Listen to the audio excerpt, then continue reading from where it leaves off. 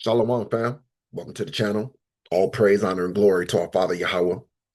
In the name of our beloved King Hamashiach, Yahweh Shai. Thanks for joining me. All right, so you see the title. All right, I don't know what I'm calling it yet, but you can see the title. All right, so I came across this video. This came through my feed, right? And because I had been planning on doing a video on this for so long and never got around to it, it piqued my interest to see what the video was about. And also because I knew instantly that it was the Holy Spirit urging me to click on it so that I can be reminded about the lesson I was intending to do about the nature of hyenas, the nature of lions, and why the two the two societies of these different groups of these two groups of animals, why they mirror what we see in our current world. And what I mean by that is that if you study the Bible, then you understand that the lion represents royalty. All right. And the lions are, they have a pride. So, like, they're a family. And so, and to be more specific, it represents a royal family. There's a reason why the lion is called the king of the jungle. They are the royal family. Why? Because the way they live, their society mimics the way royalty lives, the way a royal family lives in a way. All right. And so, you have Yahawah being called the Lion of Judah, and the lion, signifies Israel more often than not, right? And the way the lions live is similar to the way culturally our people lived before we came in contact with our enemies, with these other nations. Yes, it was common for there to be one man and multiple women, and them all being one family and working together as one unit. The women all taking care of that one man's children. None of them having a problem with each other or with each other's children. They all love each other and they love each other's children. They love each other like sisters, and they take care of each other's children, like their family. All right, because that's the design. That's the way the Most High created it. All right. And that I understand the fact that we can see certain things that the Most High want us to see, know, and understand if we can just pay attention to creation. Pay attention to creation, and you will be able to find examples of him and his way. You will be able to find examples of him and the things that he hates in nature. He can show you what he likes and what he doesn't like about us humans, but show it to us through nature. You understand what I'm saying? And so then when you look at the other side of the coin and you have the hyenas, you have a totally different society. It's matriarchal, it's female dominant, right? The men are weak, effeminate, simps, pushovers. They are the lowly among the group. And that's what feminism does. It creates this society of men that are weak, effeminate, and dominated by women. But even more so, this phenomenon was first introduced to the Israelites, to the quote unquote black community, as a project to see what the effects of a female dominant community would be on the people. And so they saw how pushing the men down and lifting the women up, they saw how that destroyed us as a people. But see, this is what the enemy does. This is why they can't escape, our enemies, that is, they can't escape the allegations that they are the devil the Bible speaks of. All right. That they are Satan adjacent. All right. That's just the way it is. So you see there's a reason why these two creatures, these two societies of creatures are so opposed to one another. They are polar opposites on a spectrum. And so they are nature's, I will say, probably the biggest rivalry, or um yeah, the biggest beef, right? And these two groups really, really hate each other. The one side dominated by men, patriarchy, the other side dominated by women, matriarchy. All right. I'm telling you, there's a reason why the Most High make these two bitter rivals in nature. It's to tell us a story. It's to communicate something to us about himself, about how the patriarchy and the matriarchy are super opposed to one another and they can't get along with one another. It's impossible. Okay, they can't get along and they can't be fused together. They can't coexist. All right, you got to run out the hyenas in order to have a peaceful, lion society. A society of hyenas can't have lions in their midst if they want to have peace or chaos, right? Which they prefer. They have a chaotic lifestyle, a chaotic order. All right.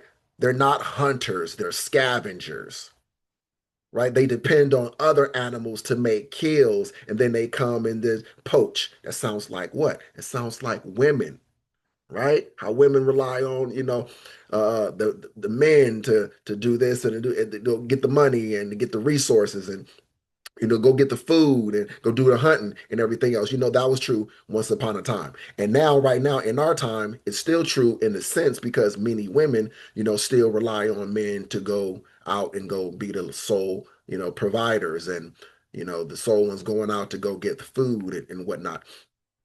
And even in the situations where the women are relying on men to do that, that's their fantasy. They really wish they could live that way, live a lifestyle of I sit back, I don't do anything except just wait, and then I can go and poach and live off of a man's resources. I can just take what he got, what he gathered. All right. That that is a scavenger's mindset. And so women are human scavengers by nature, not by nature, just not in the exact same way, but in a similar way. But that's the Most High design. That's not meant to be derogatory. That's just meant to be a statement of fact. That's the creation. That's how he created women. And then you have, again, the other side of it, right? And so now, considering these factors and what we know about the relationship between hyenas and lions, and what I just highlighted, I want to go into this video that I came across that went into a little bit about why it sucks to be a male hyena. And what I want you to put your mind around is think of this clan of hyenas as the black community. All right. A gynocracy, a matriarchy dominated by women, a society where the men are weak, made weak, and kept low by design and unable to rise up in the ranks and make any changes or anything else. You got to leave the hyena clan, aka the gynocracy, the matriarchy, the black community, in order to go be a man, because you can't be a man inside of the gynocracy. That's not allowed. Okay, but let's get some of this, fair use purposes. Obviously, this is for educational purposes only. But let's see this. Let's see what they got to say. Hi, this is Kate from Minute Earth. And this is Scarface, one of the hyenas I studied in Kenya. And like all male spotted hyenas, his life sucks. Babyhood is actually the pinnacle of a male hyena's life. I just want to stop right there for a second. Babyhood is the pinnacle of a male hyena's life. His life sucks. All right. The life of the average quote unquote black male, it sucks under the matriarchy. It doesn't get any better for him than it was when he was a child, when he was a baby. And then many women will ask, well, why do these men they get older and they act like they want their mothers or they, they act childish or whatnot. Why do men play video games? Because it's an escape for one. And then two, it's it's a happy place. It reminds them of a happier time in their lives when they were younger and valued and cared about and, loved before the world, before their community, before their mothers started to show them their hate and disdain for them, before they started to be treated like second-class citizens, like they were worthless, like they were nothing. This is the life of the average black male in society today, in America especially. primarily is what I'm getting at. Okay, but let's continue.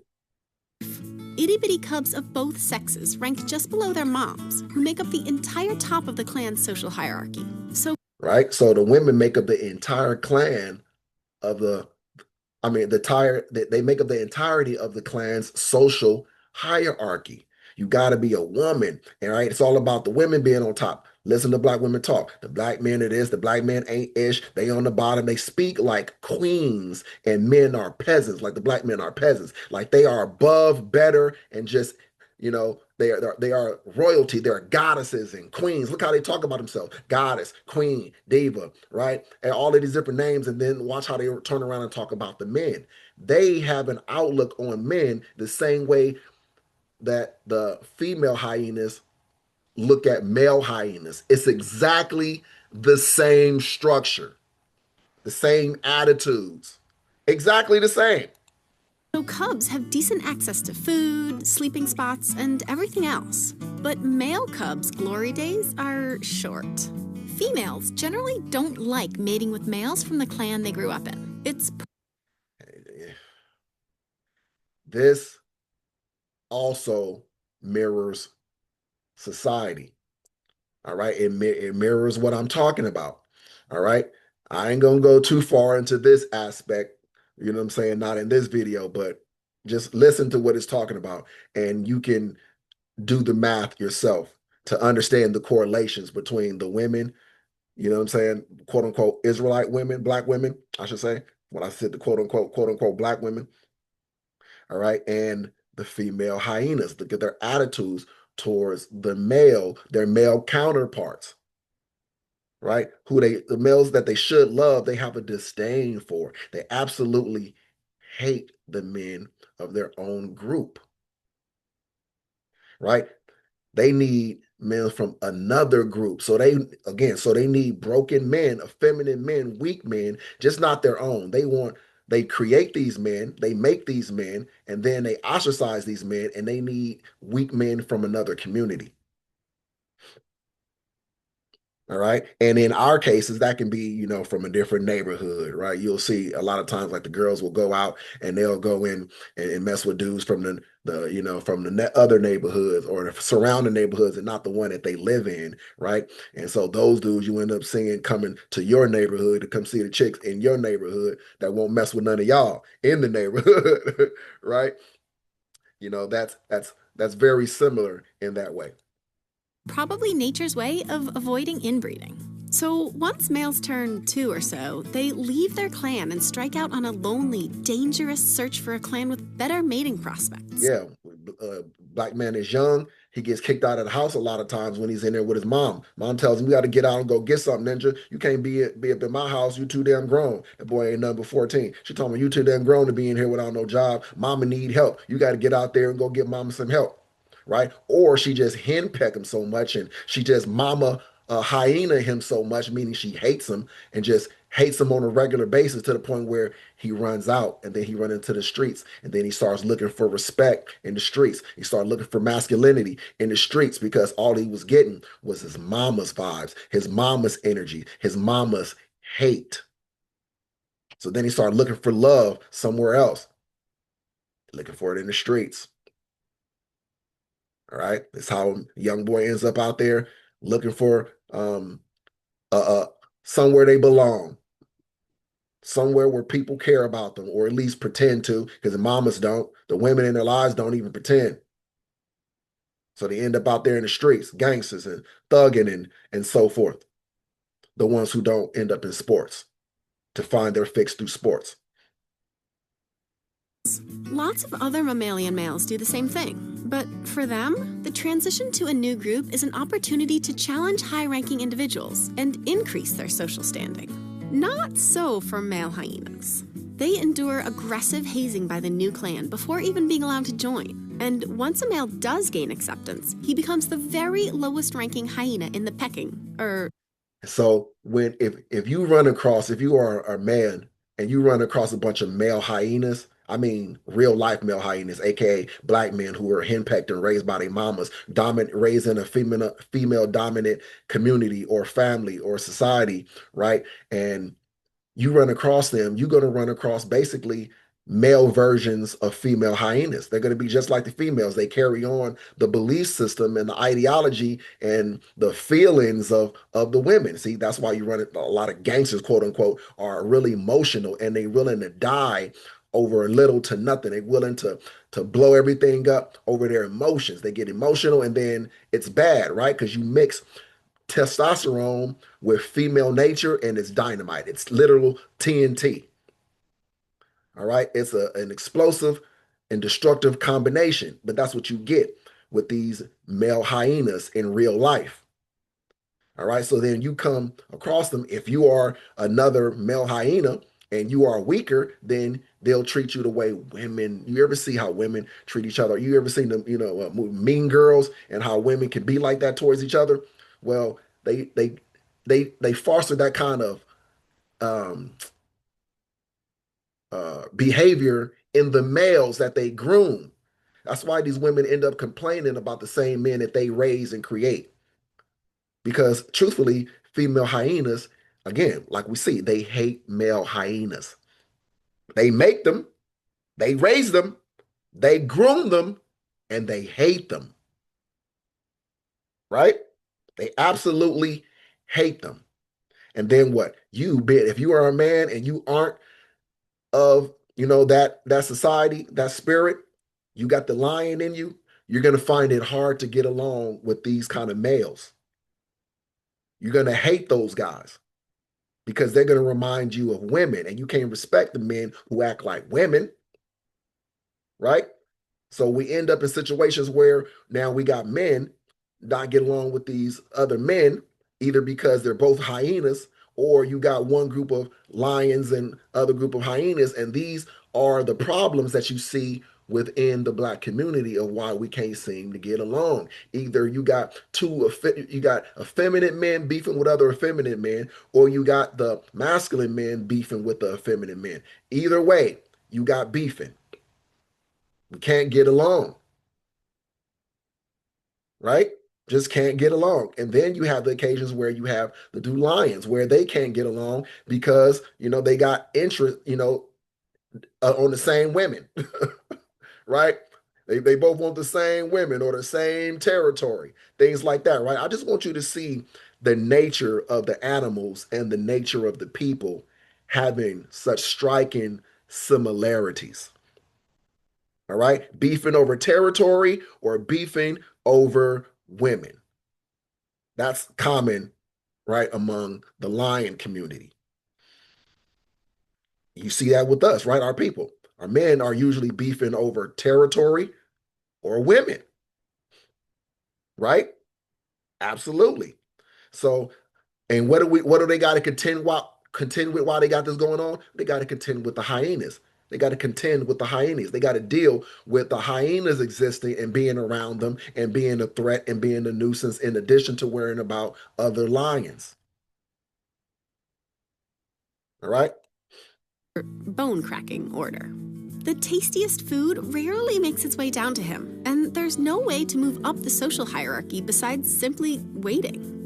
There is no way to move up the social hierarchy. The women maintain a stranglehold on their dominance of the society. For new males to join the clan below him, or for males ahead of him to die. No adult male will ever top a single female, resulting in a female-dominated hierarchy. This is all weird. Unlike most mammals, male hyenas are subordinate to females, which is probably because, unlike most mammals, female hyenas are bigger and meaner than males. Whoa, ho, ho. The females are more dominant than the males. The males are more submissive and subservient because the females are bigger and more dominant. Now, I'm about to say something else controversial, but it shouldn't be. In our community, our women are the most obese and overweight women there are. The term big back was invented to describe um, uh, large, overweight Black women. All right. And statistically, we know it's a statistical fact that the average Black woman outweighs the average Black man. I'm gonna say it again, the average Black woman is bigger and heavier than the average Black man. It makes them meaner, it makes them bullies. That's why so many men be getting beat up, black men be getting beat up by their women, or women be putting their hands on them. And then the man put hands back on them, and then the man is the only one who gets the abusive, and violent tag because a woman doesn't get to be labeled violent even when she is violent because her violence isn't considered violence. But in our communities, again, it's like the Tory Lanez and Meg Thee Stallion situation. That little bitty old boy, right, was getting pushed around and bullied by that big old beast of a woman, quote unquote, because who knows, jury is out allegedly, right? But this is true. Being bigger, women get bigger, then they get meaner and they get nastier and they get more aggressive and violent, and they try to punk the men. And what's what we got? We got a community full of men who are constantly getting punked by the women. Even if we don't have women that are bigger, they are still bigger, just not physically, but they are bigger in power though. So it's the same thing, right? Just change it, bigger in power because they have, white society backing them up, helping them keep the black man in check, right? Helping them stay above the quote unquote black man, helping them stay above the Israelite man. So they got more power. So that more power makes them more aggressive, more violent, more dominant. And the men know these women got all of this power. So it makes them more subservient, makes them more submissive because these women have the power of the big white supremacist machine behind them to make sure that they can continue to dominate the men. which is probably thanks to their need to stand up for their offspring in.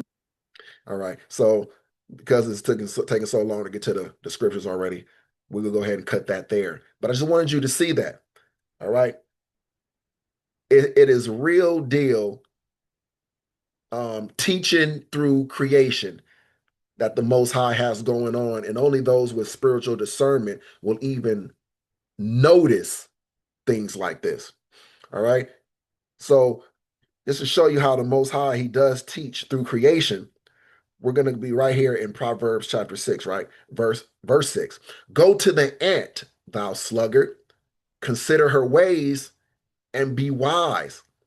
He instructed us to observe the life, the behavior of ants, to learn something. He said there are some things that I want you to learn by watching ants.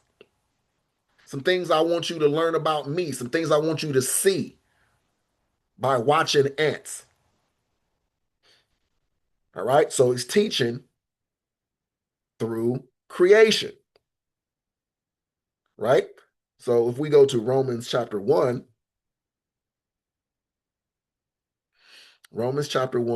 verse 19, it says, because that which may be known of the Most High is manifest in them, for the Most High has showed it unto them. For the invisible things of him from the creation of the world are clearly seen. Listen, the invisible things of the Most High, the things that you can't see that he's created, the things that you can't see that exist or are true, but they can be clearly seen. How? Being understood by the things that are made. If you just observe the things that are made, the things that you can see, if you observe creation, that'll help you understand the secrets. It help you understand secrets that are kept hidden. All right. Even his eternal power and Godhead, so that they are without excuse. All right. These things even help you to see the creator. They help to see you. They help you to see his eternal power and Godhead so that you are without excuse. All right. The same way he told us that we are supposed to be able to know that he exists by looking at creation. We're not supposed to worship creation. We worship the creator. And his creation is the evidence of him, the creator.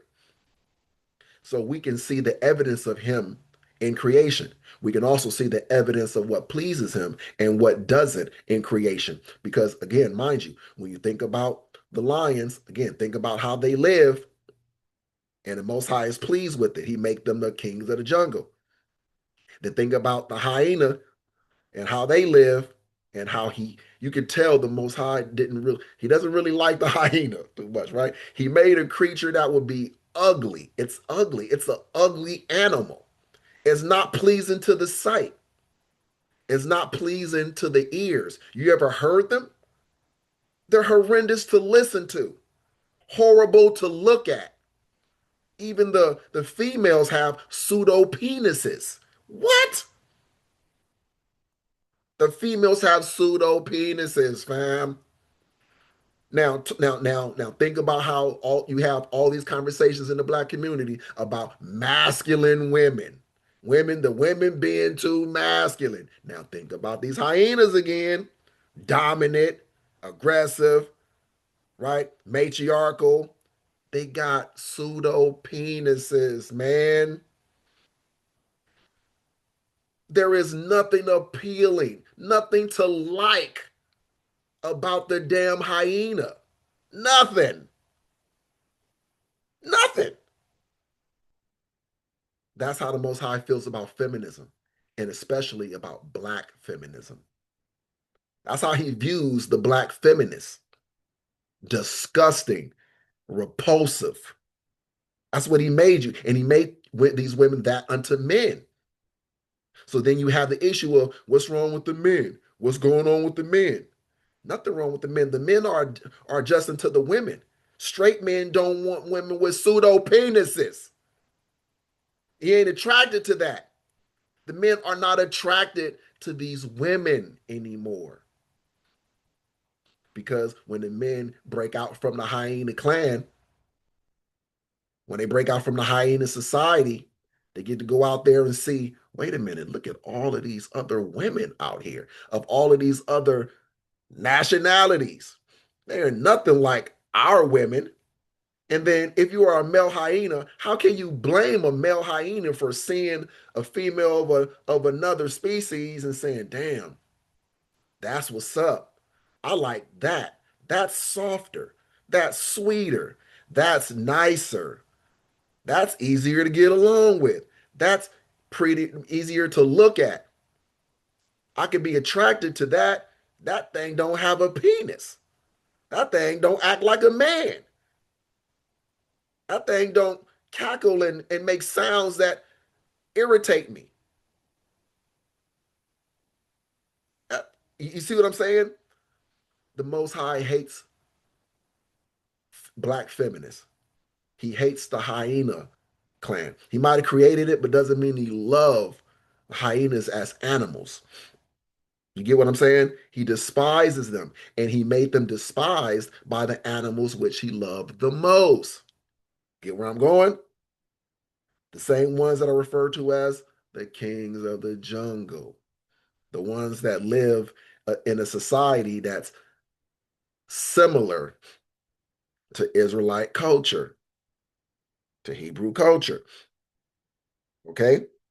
So the Most High builds instruction into creation itself. So animals operate by instinct, but that instinct reflects divine order or divine inversion. So creation is a silent teacher. Men ignore nature because it rebukes modern lies without speaking. Lions and hyenas are not just animals, they are living parables. All right. So the lion as the pattern of Israel. Let's go to Genesis 49. Genesis 49, verse 9. Judah is a lion's whelp. All right. Judah is a lion's whelp. From the prey, my son, thou art gone up. He stooped down, he couched as a lion, and as an old lion, who shall rouse him up? All right. This is the reason why Judah specifically, right? Think about it. We're not talking about all the other tribes. We're talking about Judah especially. You can tell Judah, okay? Judah is a lion's whelp. So to punish Judah, think about it. If you could speak to a lion and the lion can speak back to you, and you can ask the lion, what's the one creature in the animal kingdom that you would absolutely hate to become if you knew you were going to be turned into another creature? What is the one that you would hate and despise to become the most? And a lion would tell you a hyena. So to punish Judah, remember the tribe that Yahawah came from, all right? The majority of those who denied Yahawah were of Judah. You're gonna punish Judah. What would part of your punishment be? To make them like their enemies, right? To make them like what they hate the most. And to make them like what you hate the most because they wanted to go after other gods. And you know what I'm saying? So you're going to let them go after other gods. And those other gods forced feminism on the community, on the people, right? Absolutely, because it is a devilish and satanic practice. Feminism. It's anti-patriarchy, meaning anti-Yahawah by nature. You can't be a feminist and a godly Israelite woman all at the same time. You can't be both. You can't be lukewarm. Okay. And just to get a little bit more about the lion in the reference to Judah, Revelation 5, verse 5. And one of the elders saith unto me, weep not, behold, the lion of the tribe of Judah, the root of David, Yahawah, hath prevailed to open the book and to loose the seven seals thereof. There is a reason why Yahawah is referred to as the lion of the tribe of Judah and why Judah is referred to as a lion. There is a reason for that. The Most High is showing us something. He wants us to look at creation. Go look at the lion to understand why he's using the lion in reference to Yahawah and to Judah. I figured it out. I noticed it. Okay. So Yahawah is called the lion of the tribe of Judah for a reason. All right. The lion represents, let's talk about lion society. It represents patriarchal structure, strong male leadership, family-oriented pride, cooperative females under male protection, clear hierarchy, territorial defense, and order through strength and discipline. All right, through their bond. Like we are, as a people, we are stronger together than we are separate. That's why our enemies made it a point to constantly separate us. They didn't keep our families together. They didn't keep the tribes together. They treated the tribes like three Carmani, moving them around, shuffling them around. Let's put some of y'all over here, some of y'all over here, some of y'all over there, some of y'all over there. Mix the people up, water down the tribes, water down the strength, completely dilute it, right? So here's the spiritual parallel, though, right? So this mirrors Abraham, Isaac, Jacob, David, Solomon, the 12 tribes, the kings, the priests, and the households. All right? That's what it mirrors, right? So when you go to First Corinthians, get off of there. First Corinthians 11, Christian order. All right. We know Christian here, it just means follower of Yahawah here. We're not talking about in this world. Christian means something different, right? But in the Bible, Christian means follower of Yahawah. Okay. But let's look at verse 3. It says, but I would have ye know that the head of every man is Hamashiach, and the head of the woman is the man, and the head of Hamashiach is the father, Yahawah. That's that's Yahawah's order, right? So you see that the lions are in order, so they represent godly order. The hyenas are out of order; they're inverted, like turning the cross upside down, and we know that's a satanic symbol, right? When you turn the cross upside down, it becomes a symbol of anarchy and Satanism. You turn the ways of the Most High, the order of the Most High upside down. That's a symbol of Satanism. So the hyena clan represents Satanism in nature. It's a satanic order, but yet he put it in nature to to serve as instruction and warning. All right, we're supposed to be edified via watching creation, knowing our Father made it through Yahawah and that there was rhyme and reason to everything created. All right, let's go to Isaiah 58.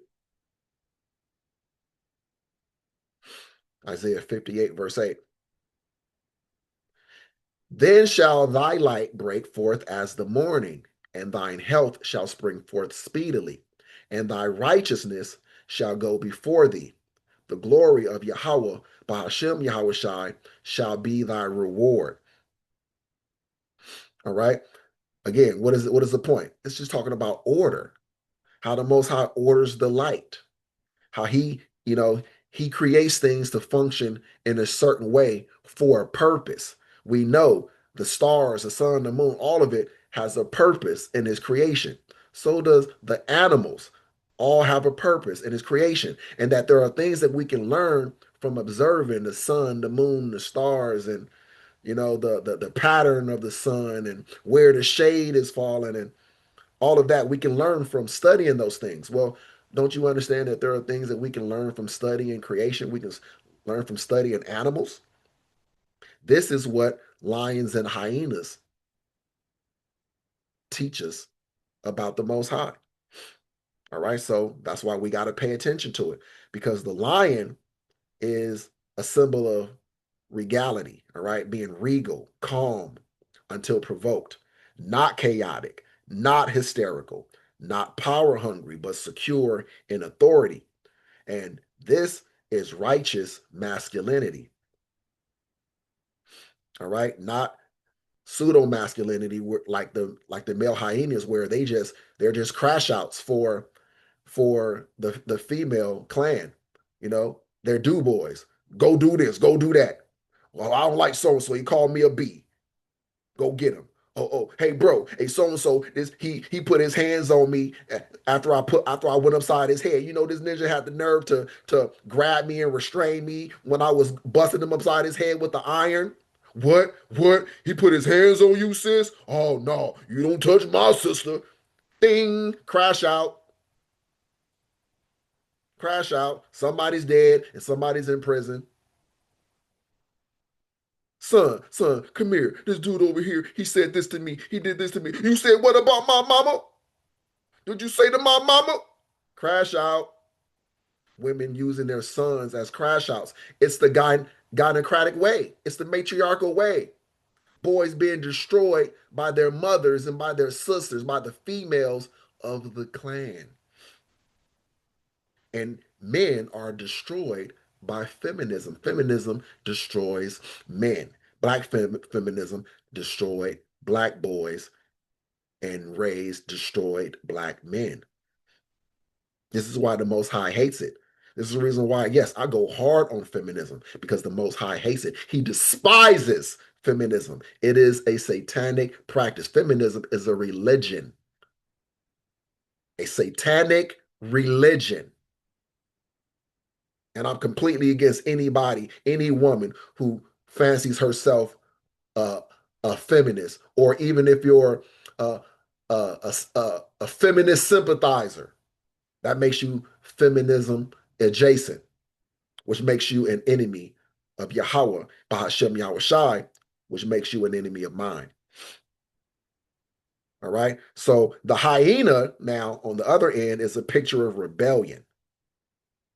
All right. A picture of rebellion, because our people rebelled against the Most High. What did he do? He relegated us to living like hyenas, like a rebellious society of wild animals who have to be scavengers versus hunters. We as a people were turned into scavengers instead of hunters, led by our women, right? Let's go to Isaiah 3,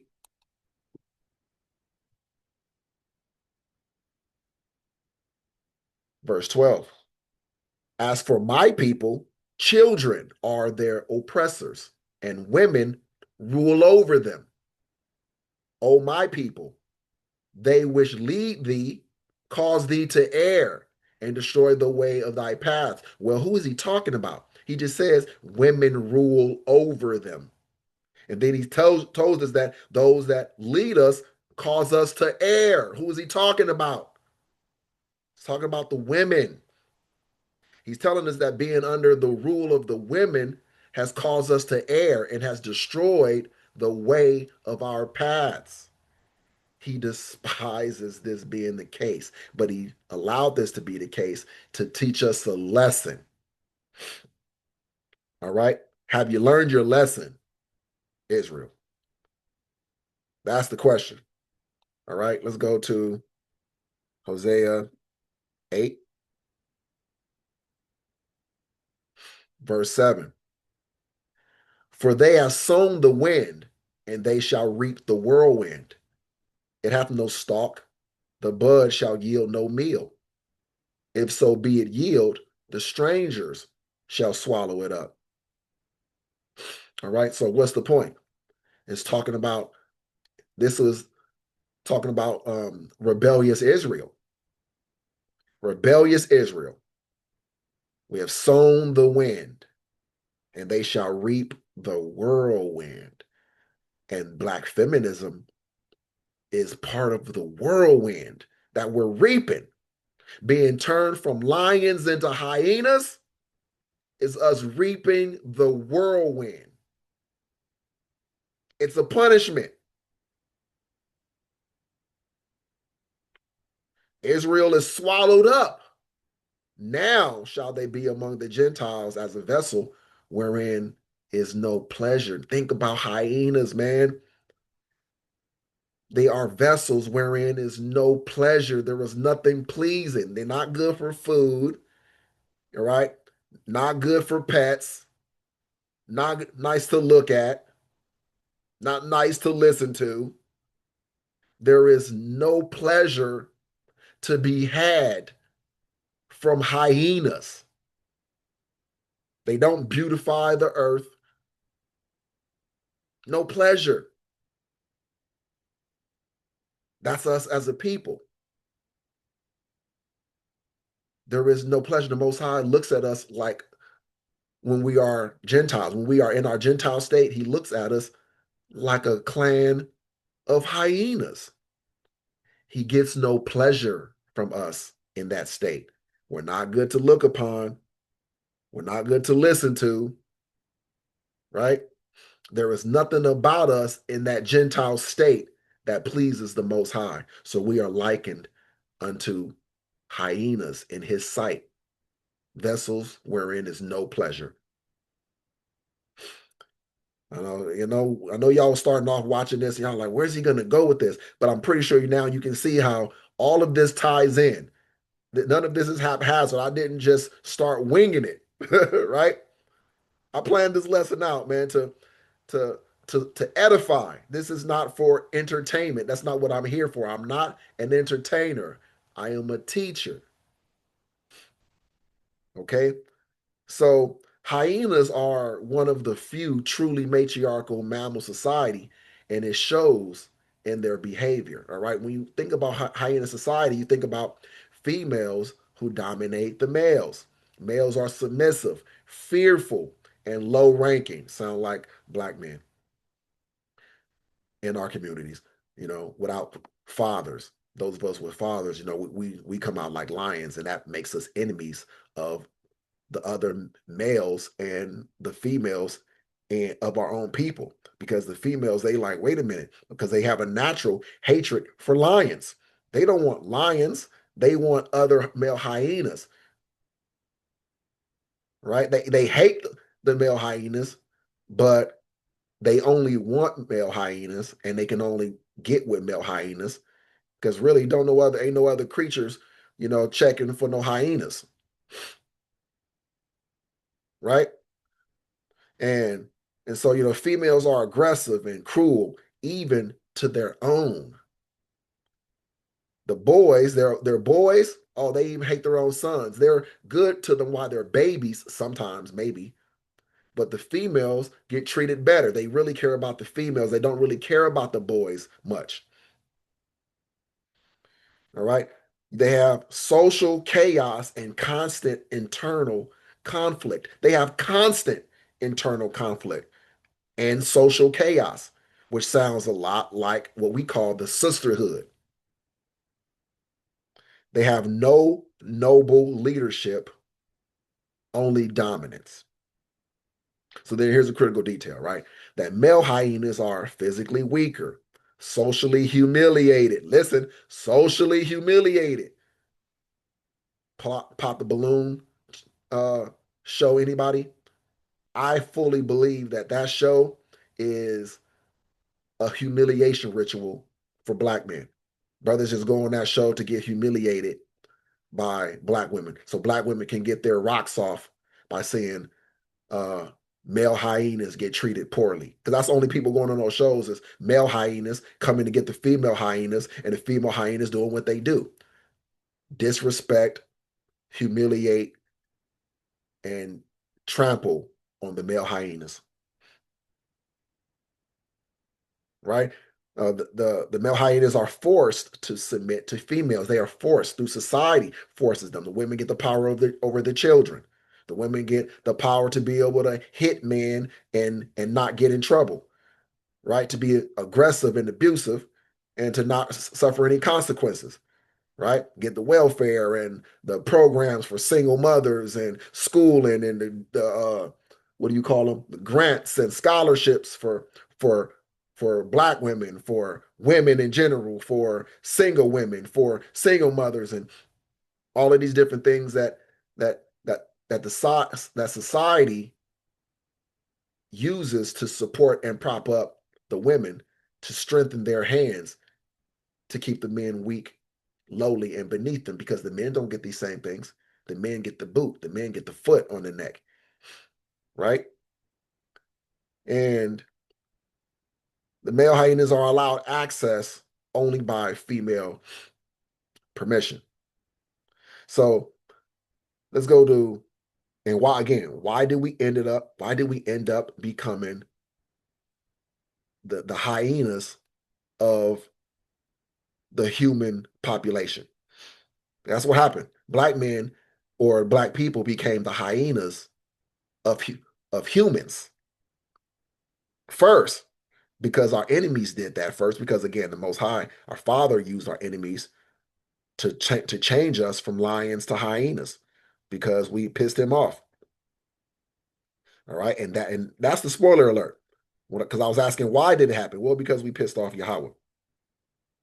All right, we disrespected and rejected Yahawah Shai as a whole. All right, Psalm 107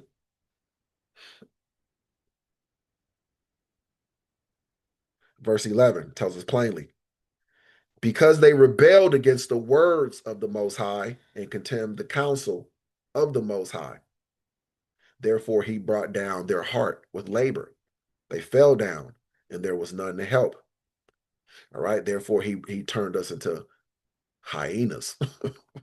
Right. That could also be stated. So, right, this is not balance. This is inversion. All right. This is inversion in nature for teaching, for instruction, and it's inversion in us for correction. Okay. See, good, godly women don't want to live like hyenas, and godly men don't want to live like hyenas. So these two will separate from the hyena clan and go seek out righteousness. They go seek out what life like a lion is like, right? AKA going to go learn of Yahawah, Bahashem, Yahweh Shai, and what you know the purpose of Israel is and what our destiny is. Okay. So feminism is definitely a hyena spirit. Okay. It's a hyena spirit, which is a spirit of confusion. And what does First Corinthians 14 and 33 tell us about confusion? It says, "For the Most High is not the author of confusion, but of peace, as in all churches of the saints." All right. So he's not the author of confusion. This is speaking about, right, among humans, among us. Okay. Confusion came from another source. It's satanic. It came from our enemies. They are the authors of confusion. They turned us into what we have become. They created GMO Israelites. All right. So they changed Israelites from lions into hyenas. This is what they did. Okay. Let's go to 1 Timothy chapter 2, verse 12. It reads, "But I suffer not a woman to teach, nor to usurp authority over the man, but to be in silence." All right. For Adam was first formed, then Eve. All right. Meaning this is the Most High's structure. It is his hierarchy. This is godly order. This is how he intended. So wherever you see women ruling or dominant, that's ungodliness. That's chaos. That's his way being turned upside down. So he is not pleased with it. The same way he is not pleased with our communities. That's why our communities don't thrive. You keep hearing the women boasting about their degrees and jobs and this, that, and the other. But how is that benefiting our people? Nothing. It's not at all. Everything that they've been given by our enemies to prop them up, they didn't use any of it to help their people. See, because it's not in a woman's nature to do that. It's men's nature, and they know it. If they would have given quote unquote black men the hand up that they gave black women, black people would be doing better. But see, they know this. They know us. They studied us and they knew that the way to destroy us would be to bring the men down and bring the women up because the women would never use their position of being up to lift up the men and the children, that they would try their best to keep themselves on top and everybody else beneath them. The same as white supremacy. That's what white supremacy does. They try to keep everybody else beneath them and keep themselves on top. They got the women to adopt, they got black women, Israelite women to adopt the white supremacist mindset. They have the same spirit and mind as the white supremacists. And again, let's go where I'm going. And the white supremacists, remember, they are our mortal enemies. They are our polar opposite. They are hyenas. So what did they do?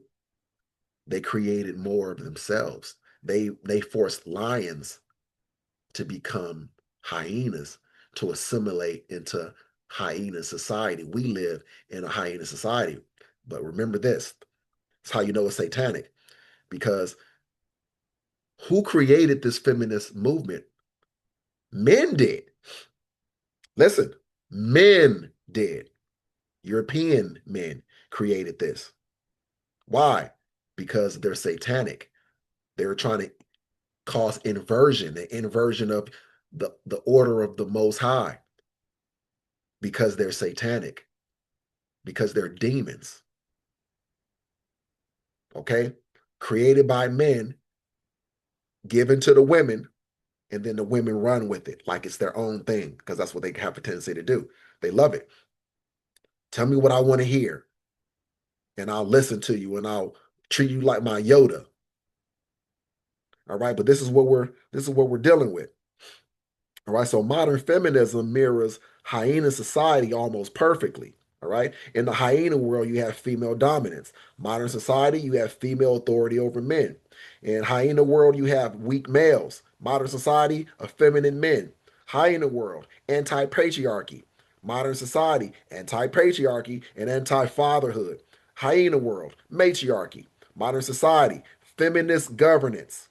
Hyena world, chaos. Modern society, broken families and chaos. Hyena world, aggression and hatred of the males. Modern society, misandry. Hyena world, male humiliation. Modern society, male humiliation. And toxic masculinity narrative. Anytime a hyena starts to try to become a lion, they have shaming words and tactics to get you back in order, to get you back in line. Anytime they see one of their male hyenas starting to awaken, once you awaken and you say, wait a minute, I'm really a lion being forced to live like a hyena. Then they all come together and use their powers of the powers of their number, not powers, the power of their numbers to socially browbeat you and shame you and guilt you and insult you into getting back in order, to getting back in disorder, to get you back in line. That's what they do. All right. But woe unto them that call evil good and good evil, because they turn all of these things upside down and they say, this is good. They say the way of the Most High is evil. See, they call good evil and they call evil good. All right. That's why men are discouraged from leadership. All right. Masculinity is demonized. Fathers are removed. Families collapse. Society becomes unstable. Hyena societies are not admired. They are feared and mocked in nature. All right. And you see many people now, they treat like the black matriarchy, the gynocracy, the sisterhood, like a wild rabid animal that you got to tiptoe around because you just don't know what to expect from it. It's capable of anything. So you tiptoe. Everybody tiptoes around the black woman because you just don't know what to expect. Again, it's like a wild animal that you just don't know what's going to happen. This is how society treats the Israelite woman. I'm not making this up, and this is not hyperbole. All right. I'm not exaggerating to make a point. This is quite literally how it is. So, why lions and hyenas are enemies? Because they're diametrically opposed in every way. They are just complete opposites. I know they have been saying that opposites attract, but that's not what it was talking about. You get what I'm saying? Let's go to Amos chapter 3, verse 3. It says, can two walk together except they be agreed? This is the reason why many quote unquote black men aren't able to get along with many black women, because black women are gynocratic. They grew up under the matriarchy. They have certain belief systems about a man staying in his place and what a man's place is and what a man's role is. That's why all you hear all over social media is women talking a real man this, a real man that. Women constantly trying to tell men what a real man is and what a real man does or supposed to do. They're trying to control the narrative. They're trying to socially engineer men to be in how they want men to be. It's like they're trying to punk men. It's like the women don't realize that they are the weaker vessels. That men can just boing, Donkey Kong you and get you out of the way, but they're relying on a society that they know is in their favor in order to act the way they act, because that's all that they have. You know what I'm saying? In order to help them be emboldened to move the way they move. But again, so I know I'm a lion, so I don't get along with hyenas. And I know hyenas can't stand me. When I roar, that's what they hear, right? They don't hear the weak sounding off of a male hyena. They hear a mighty lion, and it scares them. And so, in their fear, they manifest it as anger and hatred. So, I embrace being hated by male and female hyenas. I accept the hate, and more than that, I want it. I really seek it out. I want you to hate me if you are a male or female hyena, because if you don't hate me, I'm doing something wrong. I need a woman calling me gay and sassy for me to feel good, because women only call men gay and sassy men that stand up for themselves, men that remember their lion hood, remember their lion nature, and start to break out from the control of the hyenas. That's they don't call real sassy men sassy. They don't call true gay men gay. They don't. No, they love real gays. And they love real sassy dudes. You know, so that's not what they're talking about. They hate lions. All right. That's the bottom line. But look at Matthew 12,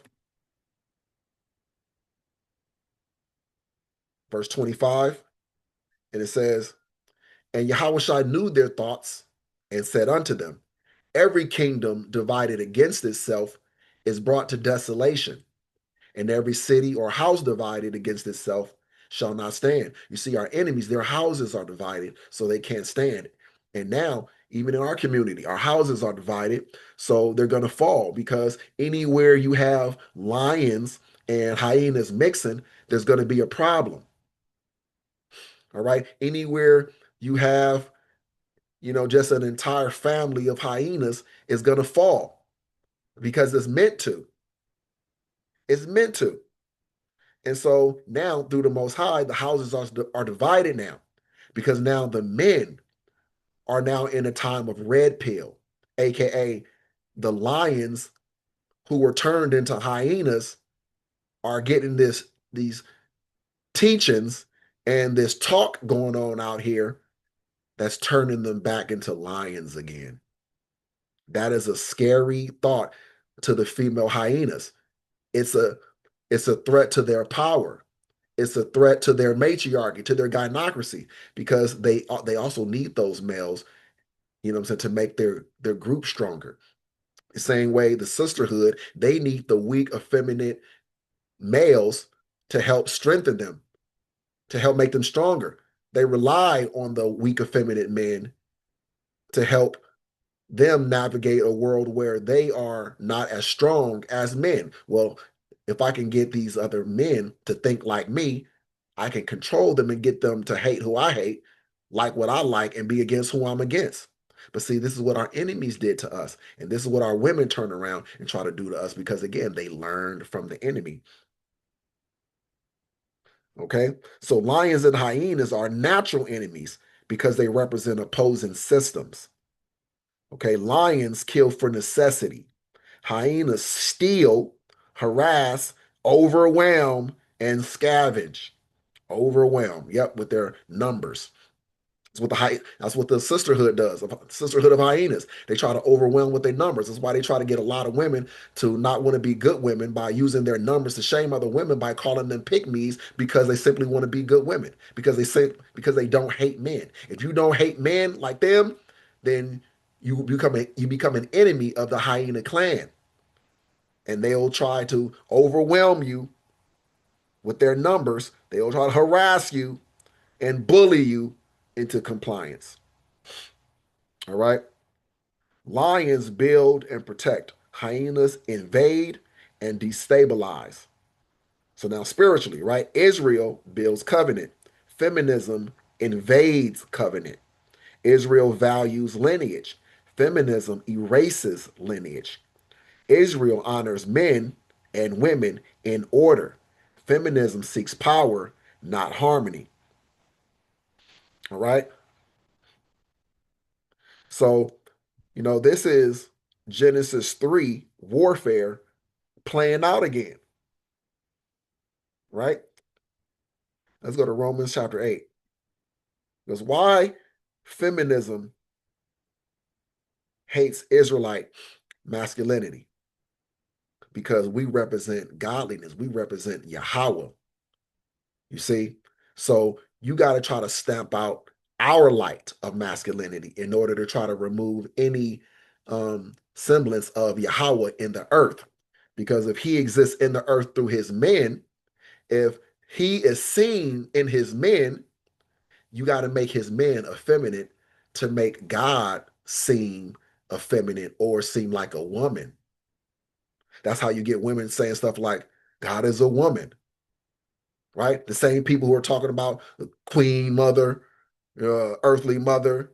It's the feminist spirit. That's feminism creeping into this awakening. So if you find yourself being one of those Israelites talking that earthly mother crap, you have brought feminism into this awakening and you don't even realize it. You are disrespecting your father by calling him effeminate, by saying, it's impossible for the Most High to exist without a woman, female counterpart. It's impossible for him to have created creation without a female counterpart because that's a woman's mentality. The woman's desire to feel special and to feel above or on par with a man is that anything a man can do, a man can't. You can't uplift a man without also uplifting the woman. That's the feminist mindset. You see what I'm saying? So you have that amongst Israel. So again, you are not my friend and you are not my buddy. All right. You are not my brother if you have the effeminate, the Holy Spirit is a woman, the holy, well, I can't remember everything, the earthly mother, whatever it is that they say. I can't remember all of the terms that they use basically to try to uphold the divine feminine, stuff like that, madness like that. That's all feminist talk. That's hyena talk. You brought hyena talk into this awakening, and the Most High is not pleased with you, and neither am I. And I want no fellowship with individuals of that ilk, none at all. Feel free to leave and unsubscribe from my channel. Press that don't recommend any videos from this channel. Yeah. Feel free to go through that entire process with me because I don't care. I'd rather have one follower, one listener that is godly than to have a bunch of hyenas following me and propping me up. That means I'm doing the wrong thing. If hyenas are following me and finding a safe space for them to kick it, I'm doing the wrong thing and I need to check myself. You feel me? So Romans 8, verse 7, it says, because the carnal mind is enmity against the Most High, for it is not subject to the law of the Most High, neither indeed can be. You see, right now we are out of our spirituality. I'm talking about, as a whole nation of people, out of our spirituality and completely in our carnal minds. All right. And these carnal minds are dictated, created, governed, and formed by a, a, a satanic rulership that we fall under. And that is enmity against the Most High. So being a feminist, male hyena, or female feminist, female hyena, it's all the same. You're not pleasing unto the Most High. Okay? And you know what he told us about feminine men. They will never be able to enter into the congregation of Israel. He hates effeminate men. And the hyena clan only produces effeminate men. The black gynocracy, black feminists only produce effeminate men. They're creating men that the Most High despises. That's what they're doing. So be careful. All right. Don't be one of them. All right. And see, you know what else about feminism? Feminism hates men being strong because feminism doesn't like correction, doesn't like being pointed out and saying, look, this is what's going on. This is where you're wrong.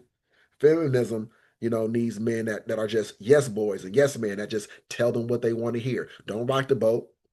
All right. Don't say anything that doesn't make me feel good because again, they operate like female hyenas, trying to dominate the males. You're supposed to worship me. Your job is to make me feel better and to do and say the things that I will be happy with. All right, let's go to Amos chapter 5, verse 10. They hate him that rebuketh in the gate, and they abhor him that speaketh uprightly. All right, so they're naturally going to hate masculinity and manhood because of it is a sign of patriarchy, and it is a sign of these individuals being connected to the Most High. So that's why it was a major assault on the black man, okay, on the Israelite man, because we are the closest thing to Yahawah, Bahashem Yahweh Shai in the earth. So and because they couldn't go to war with Yahweh and Yahweh Shai directly, they went to war with Yahweh and Yahweh Shai through their men, through us. Degrade us and destroy our image in the sight of the people is also to degrade the Most High and destroy his image in the sight of all the people. They go hand in hand. That's why the Most High says that we profaned his name among all the nations, and that for his name's sake, for his reputation's sake, that he would heal us and restore us, not for our sakes, but for his name's sake, because his name, his reputation is being polluted through us. That's why it's important for the men to come back to masculinity, to come back to manhood. You have to be in the image and an extension of your father, not an extension in the image of women. Show yourselves to be men and stand up. Get on your feet. Get off your backs. Keep giving your backs, giving your bellies to these women as signs of submission. Get off your damn back. Be a man. All right, because righteous masculinity exposes disorder. Haha, what am I doing? I'm exposing disorder. This whole lesson is about exposing disorder.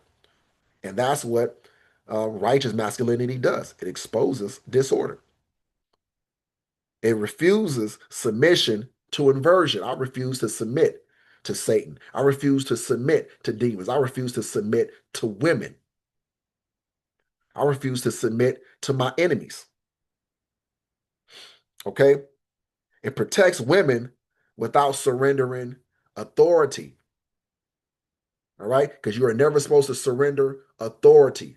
And women can never be truly protected without a man having complete authority. Complete authority. That's why you'll hear the same women who are rebellious and inside of the female, not the female, the hyena clan saying stuff like, we're the most unprotected. Yeah, because we're your men. You got nothing but weak men around you. You run the strong men off. You hate the strong men and then wonder why you have no strong men around to protect you. Asinine. Pure idiocy. Raise weak men and then be surprised that you don't got strong men around you. Raise your men to be chihuahuas and expect why they become, men that are just all bark and no bite. Nothing to be feared by anybody. Just an annoyance and a nuisance. Well, that's what you raised. But what else could you raise? You're a female hyena. You can't do anything else except raise male hyenas. That's all they can do. Which are, and a male hyena is nothing more than a penis holding, a penis holding, female mind carrying creature. All right. Bottom line, righteous masculinity produces strong sons. Righteous masculinity produces moral and moral daughters, virtuous daughters. Righteous masculinity builds legacy. All right. Now, the hyena clan destroys its boys and its girls, just in different ways. It makes the women, they make the girls women that the men don't like, respect, desire, or want. It makes the men, it makes the boys men that the women don't like, desire, or want. That's what feminism does. It creates a society full of women the men don't want, and filled with men the women don't want. Who benefits from that? Satan. Satan is the beneficiary of it, which tells you what? That feminism is satanic. It's a war on families and godly order and structure. You can bring humanity to an end if you can make men and women despise each other and not want to procreate with each other. If you can make the men like men and the women like women and the men hate the women and the women hate the men, then you can drastically decrease the population and eradicate humanity over time if you were able to successfully, sow those seeds in all of the population. But that's why they really try to infect the women, because that's the best way, the best route to destroying humanity. You right, you create the laws the where it says the women get the children by default, right? And then you destroy the women to make sure that the women are passing on culture that comes from up above. They pass it on the culture of the dominant society, which is what? Hyena culture, satanic culture. So then they pass that on to the children. So then they become destroyed children, which become destroyed adults, which then become parents who do what? Keep the cycle going, do the same thing to their children, and then they do the same thing to their children. You get what I'm saying? That's what we're dealing with. All right. So you get Proverbs 22 and verse 6. It says, train up a child in the way he should go. And when he is old, he will not depart from it. All right. So you train up a child when they're young in the LGBTQ, whatever lifestyle. That's what they're going to become adults, in that lifestyle. You train boys that they're supposed to be weak and under women and women to be dominant and rule over them. Then you get those kind of men. So then why are you women complaining about, well, what happened to the men? The men aren't being leaders. The men aren't being protectors. The men aren't being providers. Yeah, because they grew up in a hyena clan where the women were the strong and dominant ones. They listen to you constantly tell them that they were worthless and that you don't like them and you don't need them. And then you turn around and wonder why they aren't motivated to go bust their necks, to go bust their asses, to go break their backs for you, who don't like them, who constantly let them know you don't need them. Satanic ideology. Where did the women get this satanic ideology from? How did they become hyenas? All right, so hyena systems cannot survive around lions. They must either corrupt the lions, feminize the males, remove the fathers, and rewrite the rules. And that's exactly what we see today. That's what they did. So the bigger prophetic picture is Israel was being reforged into lions. Because what did the Most High say? He says, I will restore thy judges as at the first, meaning I'm going to turn them into lions again. I'm going to make the men men again. I'm going to make them honorable again. And then I'm going to make them kings and priests. Right?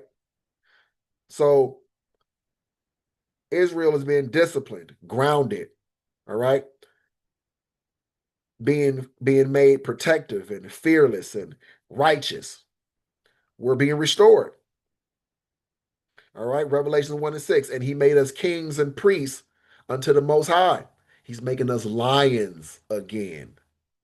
So don't be surprised when the female hyenas and the male hyenas despise you for your transformation. They're going to hate you because you're no longer a part of their group. And if you are a male, the trick is the get your gotcha is that they hated you anyway, even though you were part of the group. They hate you. They don't respect you because you are a male hyena. But because of the fact that you allow yourself to be ruled over and dominated by them, they can't respect you and they don't love you. But they need you. But they don't like you or love you though. You see, that's the catch 22 of the female hyena. Right? Hate the men, but need the men. Gotta hate, but need you relationship with the men. And that makes them even angrier and meaner, more difficult, right? So the reason that society pushes feminism so hard is because weak men are easy to rule, and absent men meaning makes for families that are easier to rule and easier to manipulate and easier to destroy. You don't have a man there that's in the way when you know, the government or the rulers or powers that be decide you want to destroy that woman. She doesn't have a man that you got to go through. When they decide you want to destroy the children, they don't have a man that they got to go through. It's a woman that's easily pushed to the side.